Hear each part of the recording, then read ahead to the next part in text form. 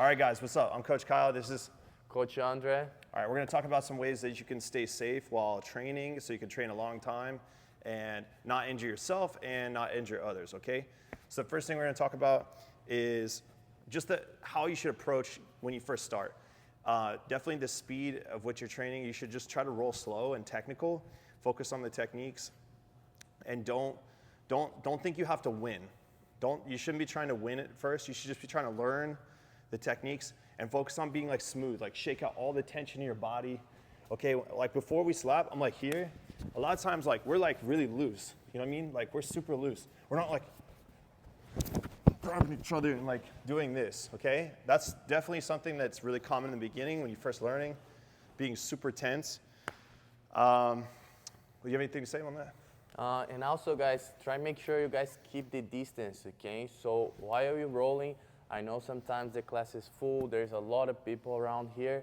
So if you're able to keep your distance, make sure like you have a good space between your partners, okay? Because always on the same time you're rolling, there's another partners over there training as well, right? So it's very important for you have this understanding about your distance. So I'm gonna start over here. That's gonna be my space and my partner's space, but also gonna have people like in front of me, gonna have people on my side. So this is very important for you guys have this understanding, okay? Understand about your space.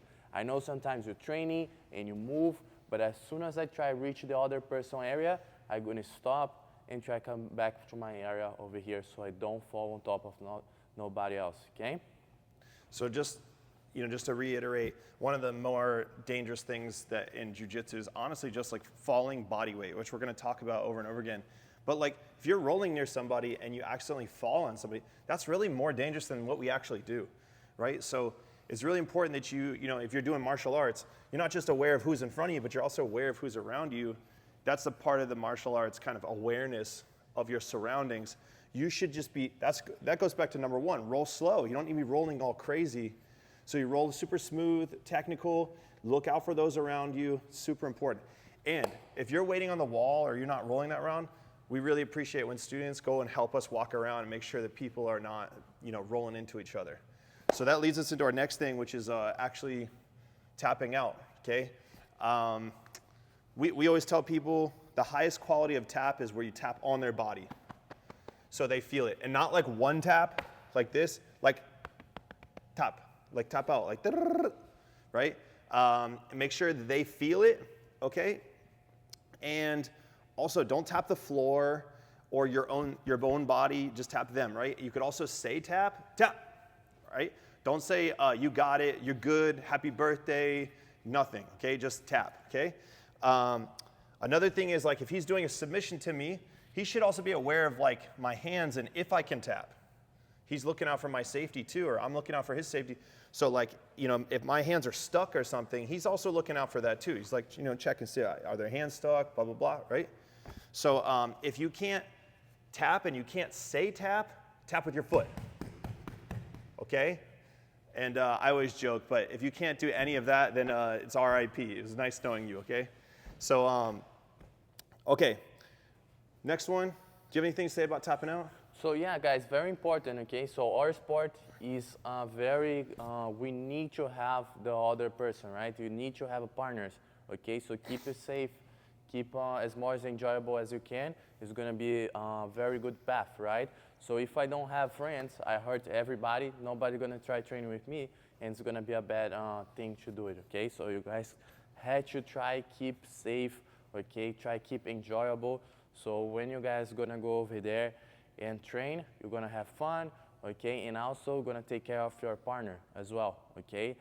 So everything is about getting better, not just about you win, okay?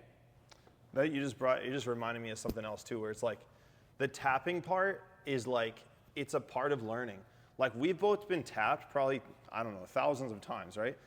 From coming up from a white belt, it's just a part of our sport. Like you have to go through it, make mistakes and be okay with like learning. That's a part of the learning process. And other things like you don't tap because it's not a part of their process, right?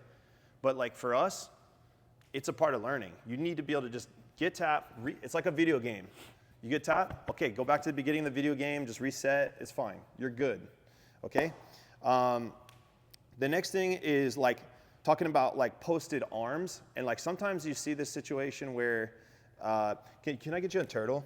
So like right here. So let's say a situation where maybe I'm attacking his back and I post my arm on the floor.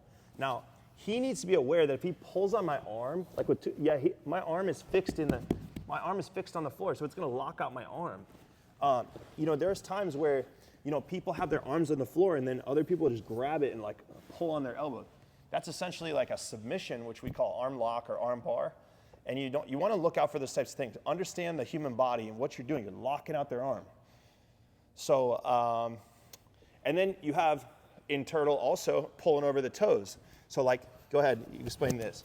So if I'm here on Kyle's back, right? So the thing I don't want to do over here is try to pull him back from here, right? Straight over my toes like this. Exactly. He's going to go over here and hurt his toes. He can hurt his ankle. He can hurt his knee, okay? So it's very important you guys have the understanding of the position over here. If I'm here on Kyle's back, I need to go over here, connect my hands, and try to make him turn, okay? So I always want to turn him diagonal. I'm never going to pull my partner's back over here. Otherwise, I'm going to hurt my partner. Okay. So pretty much, if you look at the shape on the floor of his turtle, let's say he's got his knees like this, he's like this, you're pretty much gonna be taking him towards a shoulder, like this, or over the side of his shin, boom, to his hip. But you're not gonna be taking him back over his toes like this way, straight back over his toes, okay? So the next one's about reaping. Yeah, so very important, guys, this one as well, okay? So when I'm over here working a few kind of guards over here, it can be one like X, can be X guard, and I start like turn inside over here, I have to be very careful with my partner's knee, okay? So see how I keep my foot over here on the middle line so I don't cross this, because as soon as I try to cross, I'm gonna start really like forcing my partner's knee, okay? So it's important you guys understand, if I turn outside, he's gonna be able to open, and this is gonna be a good sweep, right? But if I try to go inside, and then from here, you see how his foot's stuck underneath my armpit? Now from here, I just gonna start hurt my partner. So it's very important you guys understand that, right? So I can push this way, open his knee, okay? But I cannot turn inside the way I'm gonna compromise his knee rotation over here, okay? So one other thing too, as a person, if this is happening to you on top, like your knees being like this, don't keep trying to face him like this. Go, turn with it. Go with it to get your knee out. Like you got to understand when your own leg is kind of in a bad spot. You know what I mean? He's putting inside pressure towards the inside of your knee. Don't keep trying to grab him. I've actually seen people do this where they grab and try to face the guy and then end up getting their own knee hurt. So look, go with it, get your knee out, and then you can start to go with the position, right? So the next thing is learning how to fall, you know? Guys, super important, right? So when you start Jiu-Jitsu, one of the most important things is learn how to fall, okay? We know you pass this in class. We have like a bunch of trainings like how to fall, but it's super important you guys always keep practicing, keep this very sharp, okay? So if you see, like when you practice takedown, sometimes even like some sort of sweeps, if the person like fall and start post the arm, or like he fall in the wrong way, he can hurt your elbow, he can hurt your own shoulder, okay? And also, if you fall like little wrong, you can even hurt your own back, okay?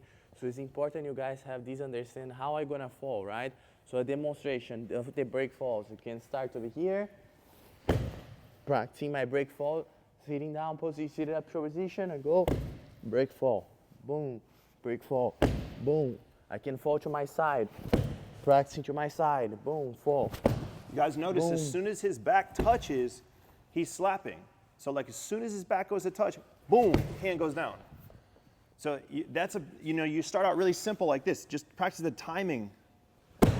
Like as soon as the back touches, boom, slapping with this part of your hand. That's called break falling, okay? You should be able to do it from distance too, like, you know, like that's probably the next step. Learn how to do it just rolling, tuck your chin. Your head should not touch the floor. Like you tuck your chin, you should not be doing this to the floor. Okay, that's probably one of the most important things right there. And you know, there's probably 2 other ways that I fall all the time. Like Coach Andre was saying, you're not landing with your fingers pointed out, with your arms getting locked out like this. If you have to land, your fingers face forward, and then look how you can go like basketball. You see on the basketball game, boom, like this. Something that continues the energy, like if I have to land, I'm like a negative push-up, not like, like a hard landing, right? Or you could roll. You got to learn how to do your roll. So you're landing, look. You know, you can roll. So something that continues the energy, and that goes back to the first thing we said, don't roll stiff. You have to be relaxed, you know what I mean? But don't let your head touch the floor. So then, you know, that the next thing is about falling body weight when it comes to anything that's like Tani Otoshi or jumping close guard. This is a big one.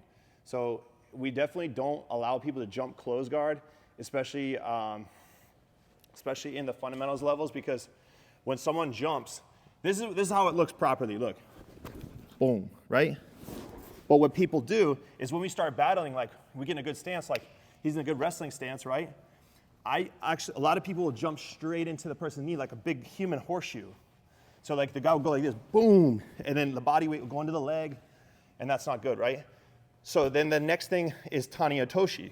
Anything where your hips are going into the side of someone's knee, you have to be very careful. So I would, if I was gonna do this, I would block his foot and I would squat so I'm not actually bringing any body weight into the side of his knee. Okay, so I go here, boom, put him down. Literally no pressure on his knee at all. Okay? So the biggest things are understand the body, the anatomy.